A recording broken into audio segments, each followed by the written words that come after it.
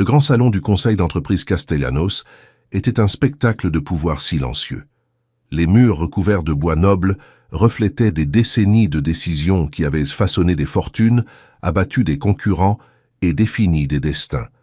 De grandes fenêtres laissaient entrer la lumière du matin, illuminant la longue table ovale où les conseillers étaient déjà assis, tous vêtus de costumes sur mesure, de montres coûteuses et d'expressions habituées à ne pas être contredites. À la tête de la table, Guillermo Ortiz, milliardaire respecté et craint, croisait les doigts avec une tranquillité arrogante.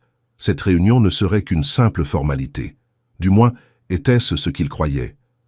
La porte latérale s'ouvrit avec un grincement discret, et le son résonna plus fort qu'il n'aurait dû dans cet environnement solennel. Plusieurs regards se tournèrent en même temps, certains irrités, d'autres curieux. La femme qui entra ne correspondait en rien à cet endroit. Elle portait un uniforme simple de femme de ménage, bleu déjà un peu décoloré, des chaussures usées et les cheveux attachés de manière pratique. Elle serrait contre sa poitrine un vieux sac à main, comme s'il s'agissait d'un bouclier. Son nom était Carolina Ruiz, mais là, pour la plupart, elle n'était que la femme de ménage. « Madame, vous vous êtes trompée de salle », dit l'un des conseillers en fronçant les sourcils. Les employés n'entrent pas pendant les réunions du conseil. Carolina prit une profonde inspiration.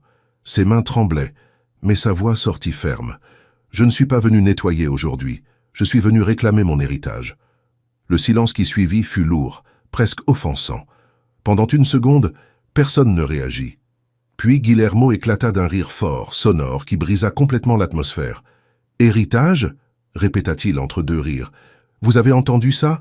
La femme de ménage est venue parler d'héritage. » Certains conseillers échangèrent des regards gênés. D'autres sourirent discrètement. Guillermo s'adossa à son fauteuil, manifestement amusé. « Madame » continua-t-il d'un ton chargé d'ironie, « ce conseil gère des milliards. Je crois que vous vous êtes trompé de salle. » Carolina fit quelques pas en avant. Chaque pas semblait exiger un effort immense, mais elle ne recula pas. « Je ne me suis pas trompé de salle, monsieur Ortiz. Je suis entré dans la bonne. Je m'appelle Carolina Ruiz. J'ai travaillé dans cette entreprise pendant des années, et j'ai été la compagne de Roberto Castellanos. » Le rire de Guillermo s'arrêta net. Son sourire se durcit. « N'osez pas prononcer ce nom ici, dit-il, maintenant sérieux. Roberto Castellanos était mon frère. Un homme intègre. Il n'avait rien à voir avec vous, hormis l'uniforme qui nettoyait les couloirs. » Les mots blessèrent profondément, mais Carolina ne baissa pas la tête. « Il était plus que l'homme que vous connaissiez, » répondit-elle. « Et il a laissé des preuves de cela. » Elle ouvrit son sac et en sortit une enveloppe épaisse jaunie par le temps. Elle la posa soigneusement sur la table. « C'est ridicule, » murmura l'un des conseillers. « Sécurité, s'il vous plaît. »« Attendez, » dit l'avocat du conseil, me Javier Torres en levant la main. Son regard était fixé sur l'enveloppe.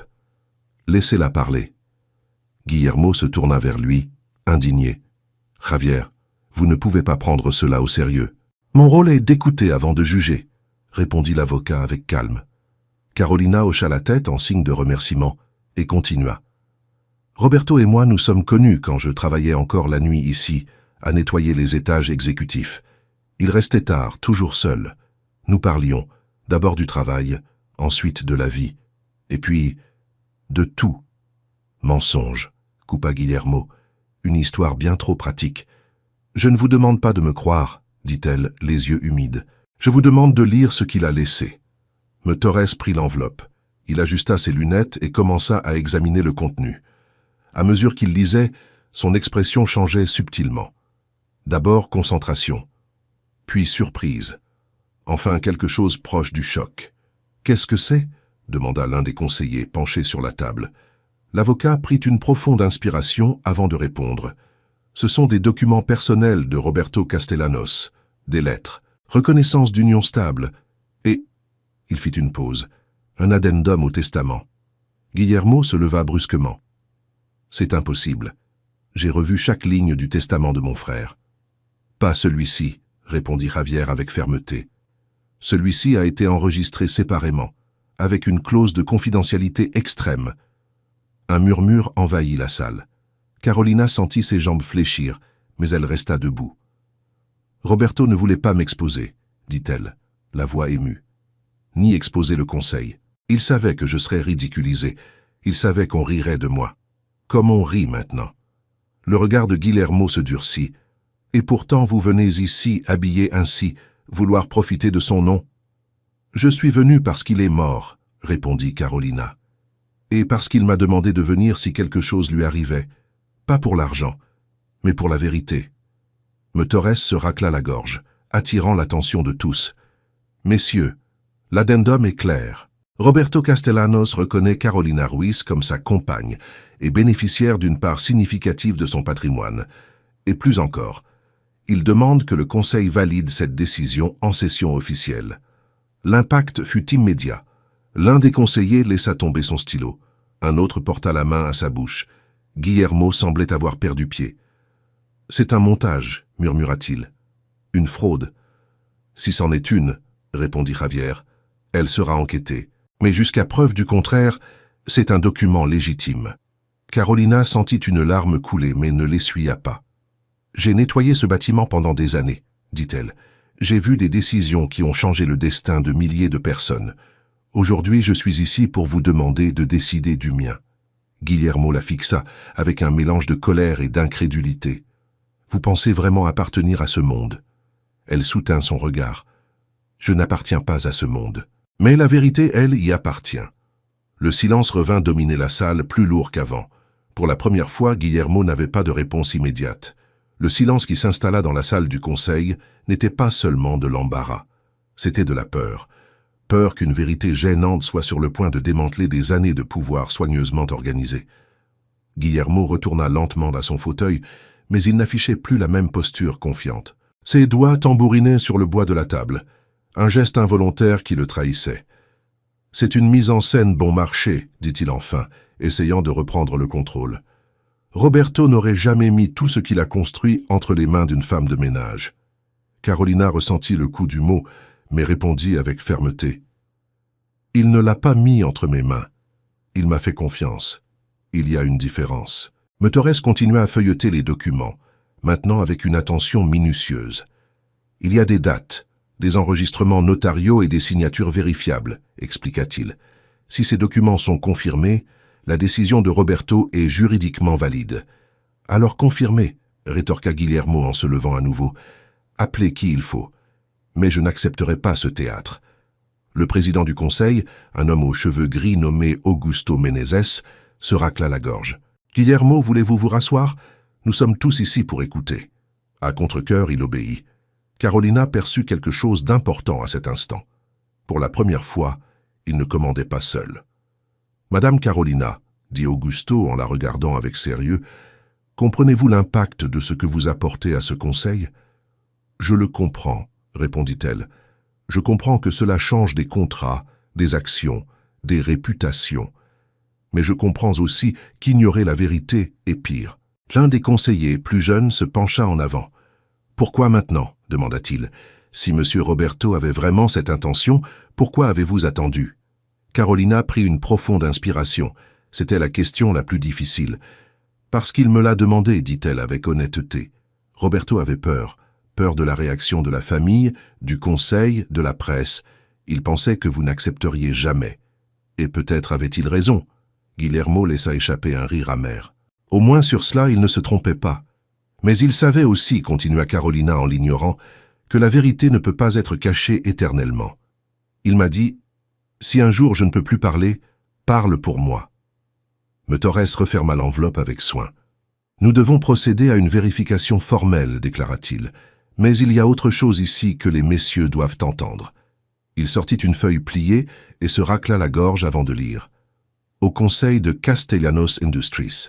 Je sais que ma décision causera choc et résistance. Je ne vous demande pas de l'aimer. Je vous demande seulement de la respecter. Carolina Ruiz a été à mes côtés quand je n'étais qu'un homme fatigué, pas un milliardaire. Si aujourd'hui j'ai quelque chose au-delà de l'argent, je le lui dois. » L'impact des mots fut visible. Certains conseillers baissèrent les yeux. D'autres échangèrent des regards mal à l'aise.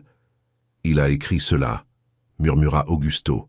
« Il l'a écrit », confirma Javier, « et signé. » Guillermo se leva à nouveau, maintenant clairement perturbé. « Vous allez simplement accepter cela ?» explosa-t-il. « Vous allez cracher sur l'histoire de cette entreprise à cause d'une liaison secrète? Il ne s'agit pas de liaison, répondit Augusto avec fermeté. Il s'agit d'une décision légale du fondateur. Mon frère était vulnérable, insista Guillermo. Il a été manipulé. Carolina fit un pas en avant. Si quelqu'un a été manipulé, c'est moi, dit-elle, la voix ferme mais chargée d'émotion. J'ai travaillé en silence, caché pour ne pas le gêner. Je n'ai jamais rien demandé. Je n'ai jamais apparu à des événements. Je n'ai jamais utilisé son nom. Et pourtant, il a voulu que je sois ici aujourd'hui. L'avocat leva les yeux. Il y a une clause supplémentaire, annonça-t-il. Roberto a demandé que si cet addendum était présenté, Carolina Ruiz soit entendue personnellement par le conseil avant tout vote. Augusto hocha la tête. Alors nous l'écouterons. Carolina sentit son cœur s'accélérer. C'était sa chance, peut-être la seule. Je ne suis pas venue prendre quoi que ce soit à quiconque, commença-t-elle. Je suis venue seulement empêcher que l'histoire de Roberto soit racontée à moitié. Il n'était pas seulement le milliardaire froid que beaucoup ici ont connu. C'était un homme qui s'est repenti, qui a essayé à sa manière de faire ce qui était juste. Elle regarda directement Guillermo. « Et il avait peur de vous. » La phrase tomba comme un coup direct. Guillermo pâlit. « Peur de moi ?»« Peur de votre contrôle, répondit-elle. Peur de votre obsession du pouvoir. » Il me l'a dit. Le conseil resta silencieux. Cette révélation changeait tout. « C'est inadmissible, » dit Guillermo, la voix tremblante. « Mon frère me faisait confiance. »« Il vous faisait confiance, » concéda Carolina, « jusqu'à ce qu'il se rende compte que vous confondiez loyauté et domination. » Metorès intervint à nouveau. « Messieurs, juridiquement, la validité des documents sera confirmée dans les 48 heures.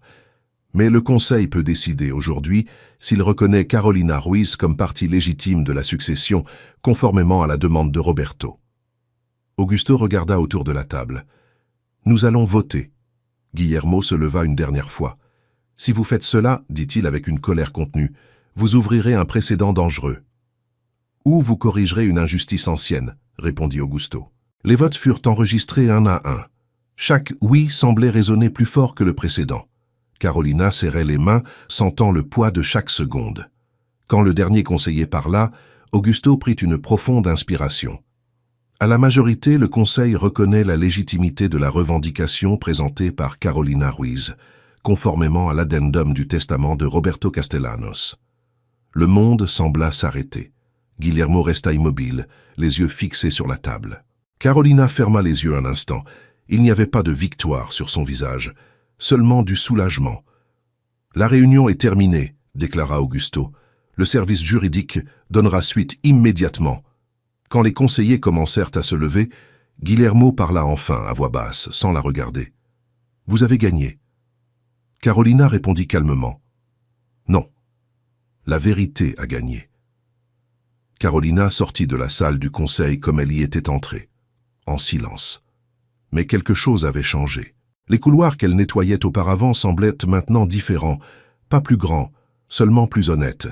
Guillermo resta en arrière, seul, face au vide laissé par son frère et par la vérité qu'il avait essayé de cacher. Ce jour-là, ce ne fut pas l'argent qui redéfinit les destins, mais le courage de quelqu'un d'invisible de dire « j'existe ». Carolina ne partit pas seulement riche en biens, elle partit entière. Et l'Empire Castellanos, pour la première fois, fut obligé de se soutenir non seulement sur le pouvoir, mais sur la vérité.